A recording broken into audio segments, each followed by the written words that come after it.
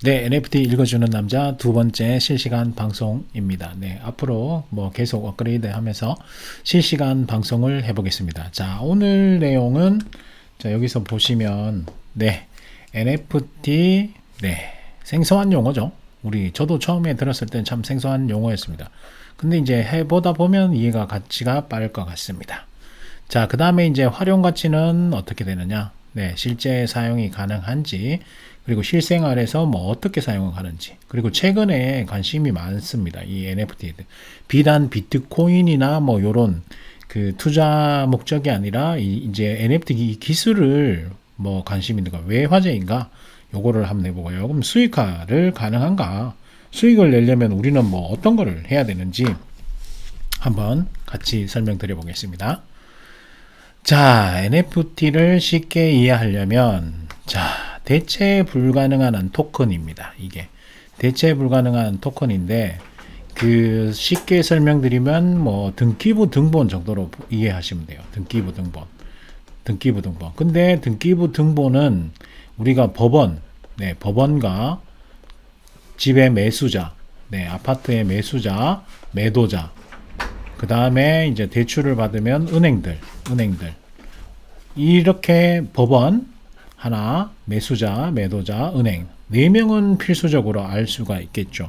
그리고 뭐 요즘에는 등기부 등본을 열람한다 그러면 일반 대중도 알 수 있겠죠. 근데 이 NFT는 이 법원이 관리하는 방식이 아니에요. 이 장부, 그러니까 뭐 모든 시장에 참여하는 모든 사람들이 장부를 다 볼 수가 있는 겁니다. 그러니까 그 법원도 하나의 시장의 참여자고 매수인도 시장의 하나의 참여자, 그러니까 아파트 기준으로 매도하는 사람들도 참여자, 은행도 참여자겠죠. 그러면 이 법원이 중앙 집중식으로 관리하는 게 아니라 법원도 하나의 참여자로 A가 B에 서울에 있는 한 아파트를 팔았다. 그러면 A와 B의 거래가 법원의 장부에도 기록이 되고 매수자의 장부에도 기록이 되고 매도자의 장부에도 기록이 되고 은행 장부에도 기록이 되고 그 다음에 뭐 C, D, E 이렇게 모든 사람들의 장부에 기록이 되는 방식이 바로 블록체인입니다.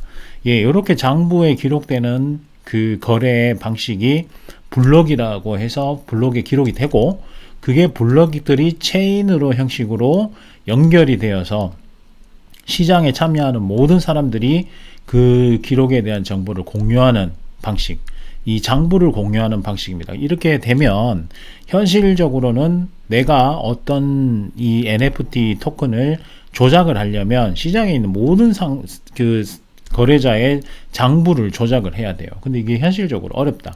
그래서 복제가 불가능한 고유성을 띠는 토큰이다 라고 이해하시면 됩니다. 여기 보시면 이제 우리가 일상생활에서 뭐 발권자, 비행편, 좌석 위치 등이 전부 특징되어 동일품이 아예 존재할 수 없는 항공권과 비슷하다. 뭐 등기부 등본도 그렇고 항공권도 그렇고 저희가 뭐 주민등록증도 그렇고 그 다음에 뭐 국가에서 발급하는 증명서도 어떻게 보면 하나 밖에 없잖아요. 네, 2개가 없죠. 우리가 사업을 한다고 해도 사업자 등록증을 예를 들면 사업자 등록증 가령 예를 들었을 때 그럼 국세청이 이거를 발급한단 말입니다. 국세청이 발급하고 A라는 사업자가 이거를 발급받겠죠. 그럼 국세청이 모든 거를 관리를 해요. 그러면 우리가 B나 C에 대한 D, E에 대한 사업자 등록증은 볼 수가 없어요. 현실적으로. 뭐 이분들한테 사업자 등록증을 받는다거나 뭐 이런 게 아니라면. 그런데 이제 블록체인 기술 같은 경우에는 A가 B하고 뭐 전자계산서 거래를 했다. 그 다음에 현금영수증을 발행했다. 그럼 국세청에만 등록되는 게 아니라 A와 B의 거래 장부가 A에도 있고 B에도 있고 C에도 있고 D에도 있고 E에도 있습니다. 요런 게 블럭이 발생을 해서 사슬 형태의 체인으로 그대로 가는 거죠. 자, NFT는 이제 암호화된 거래 내역을 이제 요런 블록체인 방식으로 영구적으로 남김으로써 이 고유성을 보장받게 되는 겁니다.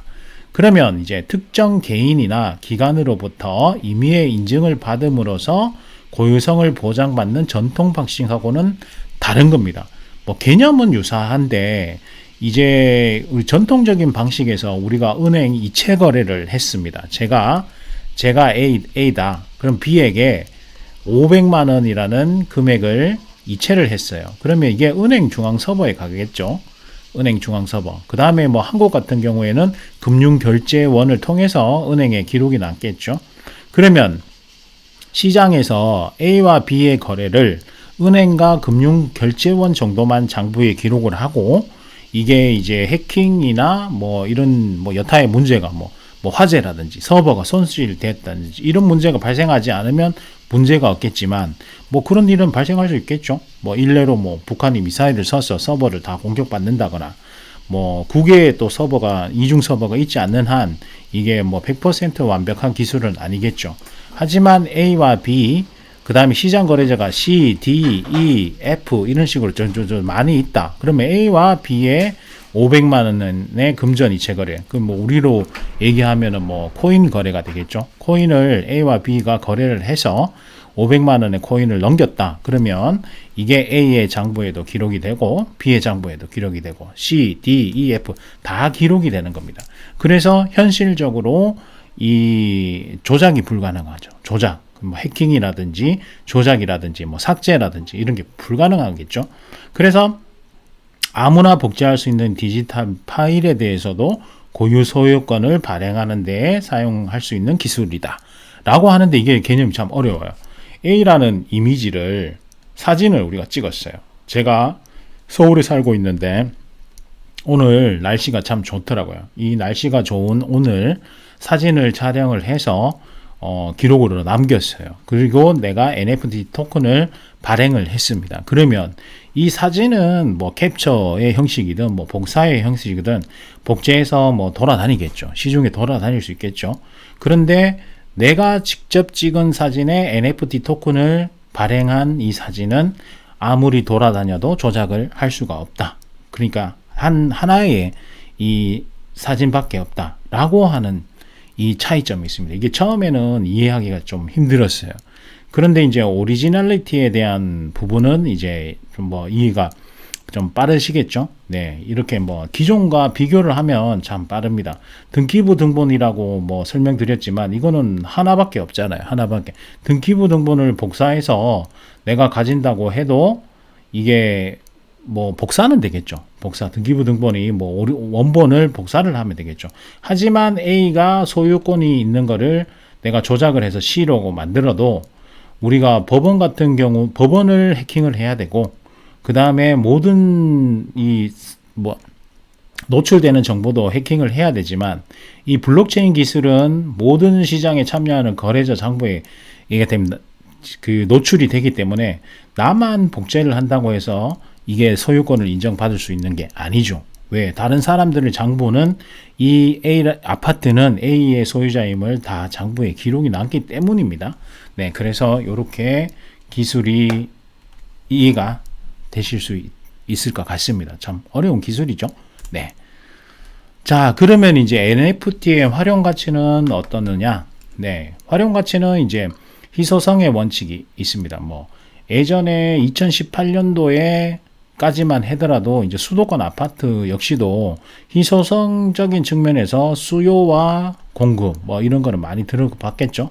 그때는 공급도 많았고 일반 사람들이 아파트를 사야 된다는 수요도 많이 없었어요. 그러니까 당연히 수도권 아파트 같은 경우도 가격이 상승하려면 수요가 많은데 비해 공급이 부족하였다. 이제 요게 2019년도부터겠죠. 2019년도부터.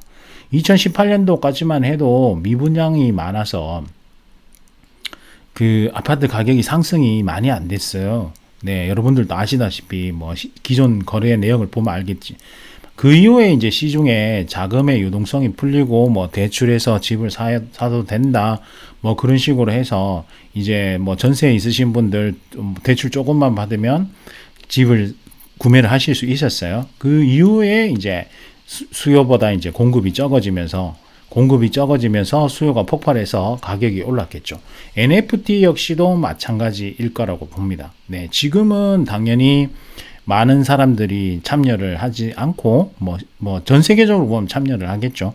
근데 희소성의 원칙이 가동을 하면 지금 이제 뭐 비트코인 같은 경우는 희소성의 원칙이 가능하겠죠. 비트코인으로 뭐 실물 결제가 가능하다고는 말은 하지만 저희가 아직 실생활에서 체감은 못했어요.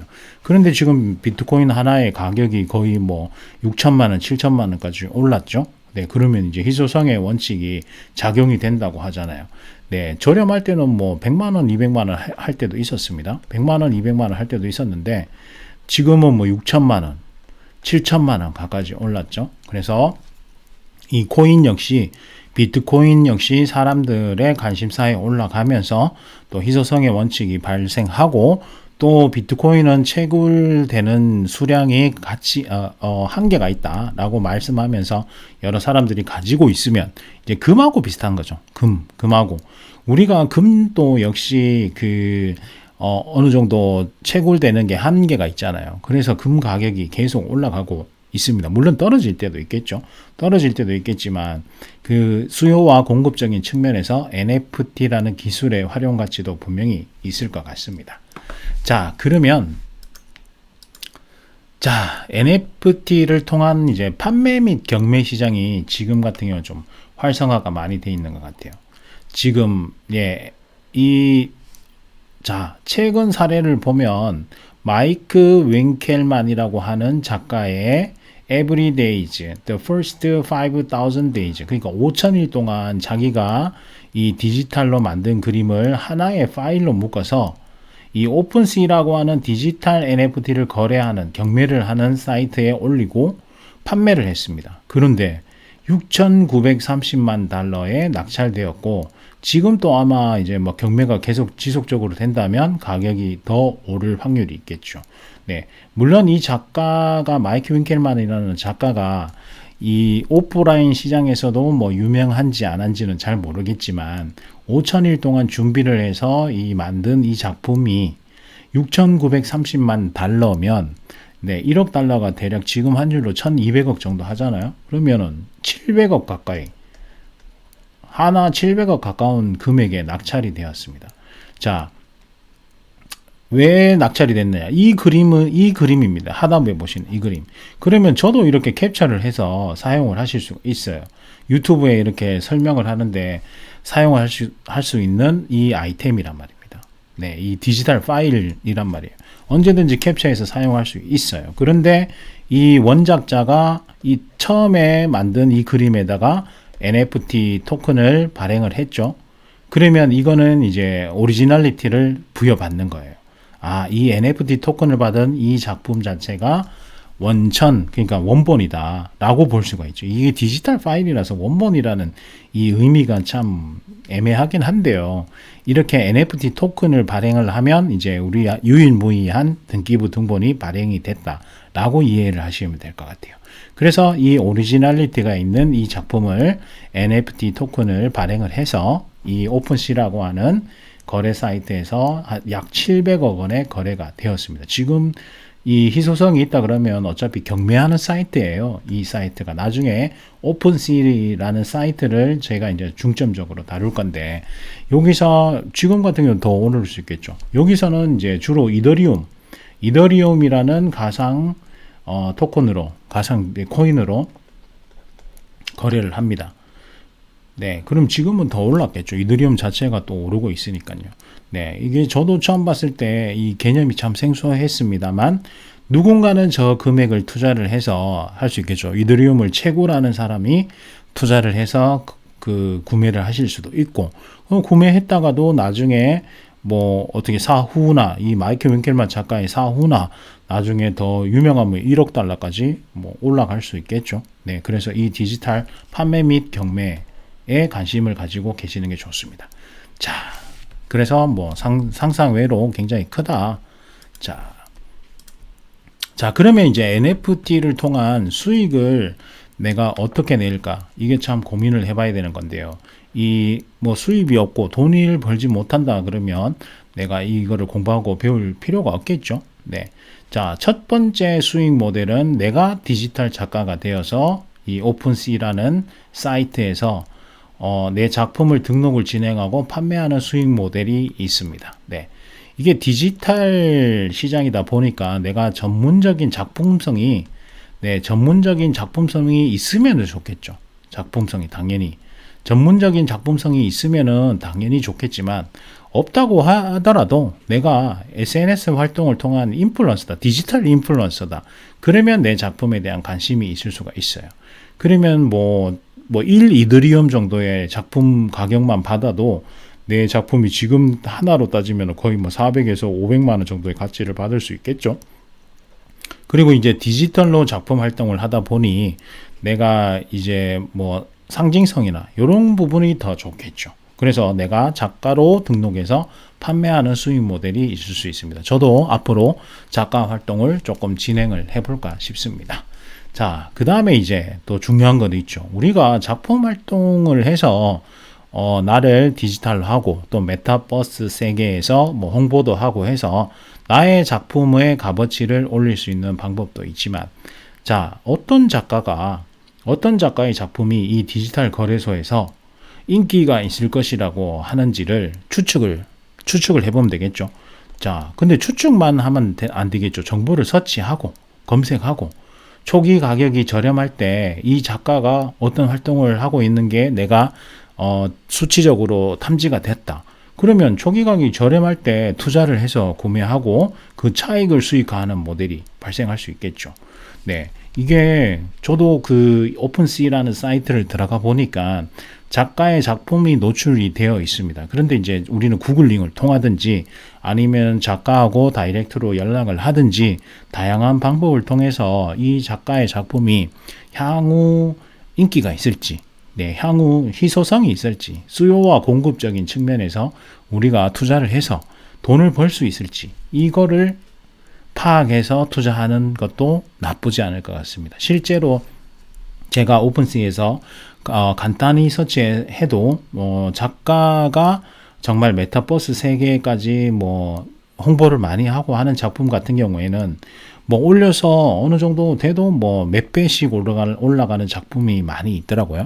그래서 이제 투자의 값어치는 충분히 있을 것 같다. 다만 어떤 작품이 초기에서 정보를 서치 잘 하고 초기 가격이 저렴할 때 구매해서 그 차익을 수익화할 수 있는지를 잘 눈여겨보서 찾아봐야 되겠죠. 자, 그리고 또 이제 희소성이 있는 디지털 자산을 NFT화하여 사람들이 관심을 가질 수 있도록 모델링하여 정보를 가공하여 판매 및 등록 대행을 할 수 있는 모델입니다. 이게는 1인 창업자는 사실 힘들겠지만 나중에 어느 정도 이제 조직력도 갖춰지고 한다 그러면 내가 A라는 디지털 작품을 잘 만드는 작가가 있어요. 그런데 이 작가가 작품성도 우리가 봤을 때 있겠지만 이 메타버스 세계에서 홍보 활동을 잘 못해요.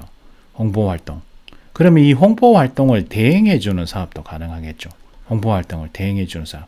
이 홍보 활동을 대행해주는 사업을 하다 보면 당연히 이러한 정보에 대한 접근력도 올라갈 것이고, 그러면 우리가 희소성적인 측면에서 수요와 공급을 보다 정확하게 파악할 수 있는 방법이 많이 나오겠죠. 그래서 요 정도가 지금 현재 이제 지금 우리 실시간 방송 열심히 촬영하고 있습니다. 아직 구독자는 많지 않지만, 그래서 이렇게 진행을 한번 해볼까 싶습니다. 저도 이제 본격적으로 투자의 세계, 그 다음에 NFT 지식과 정보를 가지는 요 세계에 같이 한번 뛰어들어 보겠습니다. 앞으로도 좋아요와 구독 많이 해주세요. 고맙습니다.